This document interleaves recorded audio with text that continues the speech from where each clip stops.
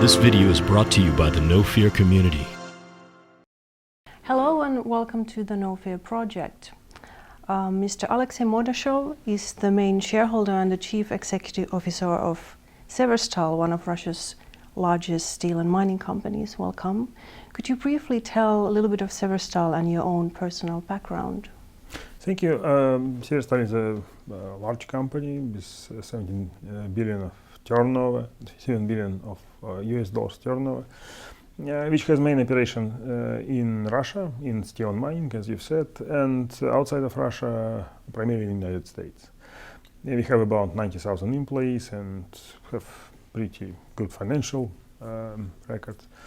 For example, we make 4 billion EBITDA a year, we hope. And I personally became CEO 15 years ago. It's quite a long period of time. I'm 45. Was born in the town where a company has its flagship mill in Cherripovets, and company is incorporated in this town. Made whole my career with Severstal, started at shop floor level as accountant manager and then moved through the various positions relatively fast. Okay. Became first CFO of the company, and then after 3 years became CEO. And I'm happy to be proud to be in this position. Severstal is a truly global business. How have you, as a leader, had to change your behavior when operating in a global arena? For us, especially for Russians, and not only Russians, but people who were born in Soviet Union,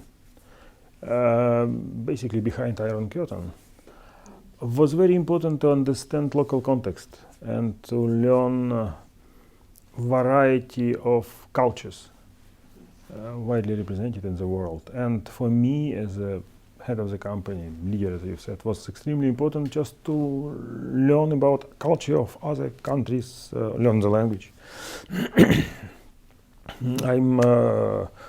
I decided, more than 10 years ago, 15 years ago when I became CEO, I decided that I need real education. I've got education in Russia. I'm an engineer economist by education, but I decided that it's necessary to have more advanced and modern education. We joined business school in UK and graduated business school. It was flexible distance learning. We visit UK several times a year for sessions, but I definitely felt the lack of education, and to learn something about the modern, to learn modern knowledge, theory and management and how to do business was also very important. Right. You're also known as one of the key leaders in Russia who has invested extensively in this leadership education. What are your objectives? You told a little bit, but a little bit more, especially in the development of this digital era people, these digital cowboys, young, talented people in your organization. Can you tell a little bit more about that? It's absolutely clear that in any industry, and in steel and mining, which are mature industries, people are the key to success. Right. Because only people differentiate the companies, not assets. Because in our industries, it's extremely difficult to keep competitive advantages forever.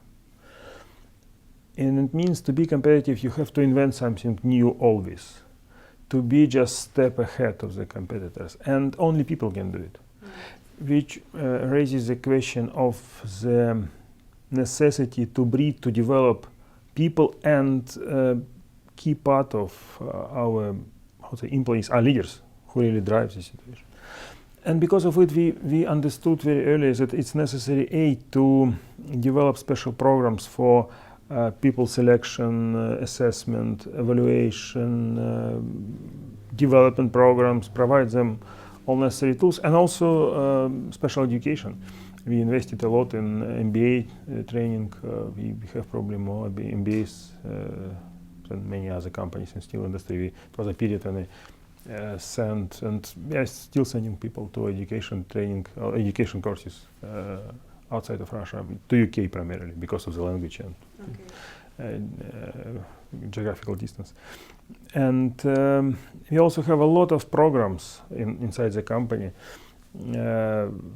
which are basically the core stone of our business system. We are developing a special business system now, which is going to be our unique competitive advantage business system of Severstal. And core of this system is a system how to develop people, how to evaluate them, how to evaluate them against competitive, against competencies, requirements of competencies, and against cultural features. We have certain profile of culture which we believe is right for our company.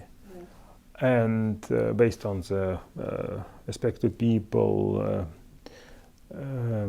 teamwork approach, effectiveness and agility and safety and customer care. And these 5 features are reflected in our assessment system. And we try to develop leaders through the whole hierarchy, through the whole pyramid, which is quite extensive and excessive in our company. And definitely one of the key areas of focus for us is to change the structures inside. Is to allow right leaders to emerge. The younger generation, this digital generation, is a little bit different from the older one, like obviously. What have you learned as a leader from this younger generation? I don't know, probably I didn't learn from them. I thought about this when I looked at the question. Probably I didn't learn from them, but I learned together with them. Right, well, that it's necessary to be flexible, fast-moving, especially in today's world. I think that there are 2 key elements which will determine the future of today's world: is globalization and fast flow of information, based on digital technologies primarily. And it's extremely important to adopt these technologies, which definitely will have overwhelming influence on the way how all the new businesses will behave in the future. I think for us it's very, very important, and we have a special task force, how to understand how these new inventions, new technological innovation in digital world could influence our business, especially taking into account that our business is pretty much, how to say, classical, mature, if not old-fashioned, steel and mining business, which became pretty attractive again, taking into account huge demand for basic materials in the world. But nevertheless, it's unrealistic to expect that all these changes will have no impact on our business. And for us, for right executives, leaders in our industry, it's extremely important, together with the young generation, which is more keen to absorb and to adopt new inventions, to stay intact with the current development and try to leverage these opportunities as much as we can for our own business purpose. Right. I really like the way you said that you learned together with them and not from them. If we go still a little bit back to the differences of Russian and Western corporate cultures, you're the one who has invested in Russia into that, but is there any other differences in leadership culture and people's development standpoint in these? First of all, I'd like to emphasize that there is much more in common between people from different countries than it is usually perceived. I have big experience, extensive experience dealing with Russians, with Americans, with Europeans, and I would say that we have much more in common. And for me, was basically no problem to deal with our colleagues in France, Italy, and United States. But of course there are some, how to say, local traits and features, but it's very important to pay attention and to pay respect and just to reflect it. And it's always there are some local specifics, but even in one country actually it could be quite different situation from place to place. And for good leaders and for good executives, it's very important to learn what you are facing with in certain specific circumstances. And of course, it could be described like a cultural transfer, and definitely there are some differences, as I've said, but basically we are pretty much the same. We are human beings. Human beings, and very much what drives us in Russia, drives us in the United States as well. It's a proper combination of some kind of fundamentals which prevail always, and respect and attention to details, to local details, which basically create right culture.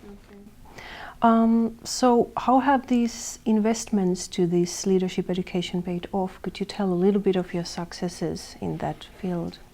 If you say paid off, the word paid off is a very dangerous one, because it could lead to some kind of spirit, or how to say, mentality of economic return from education, which is, my view, not exactly right approach to evaluate it. We invest in education not to get economic return. We invest in education very often, by far, to develop people, which are main assets of our company, as I've said. And it paid off basically by success of our company. I mentioned about volume of EBITDA, which we are going to. We make pretty good money, and hope to make more money through the growth and growth of efficiency, expansion of our company. And it's only solely because of people. And we are not investing in people. We are just creating the universal environment for them, which will allow them to grow and to prosper for themselves and for the company. And we are trying to create the environment when people could realize themselves. They could unleash release the creative potential, which is very much diminished or depressed by majority of organizations, I would say, in today's world. Unfortunately, Severstal is not a perfect example yet, but will be much better. Good way there. Okay. Thank you so much. Thank you very much. Thank you for your questions. Thank you. Thank you.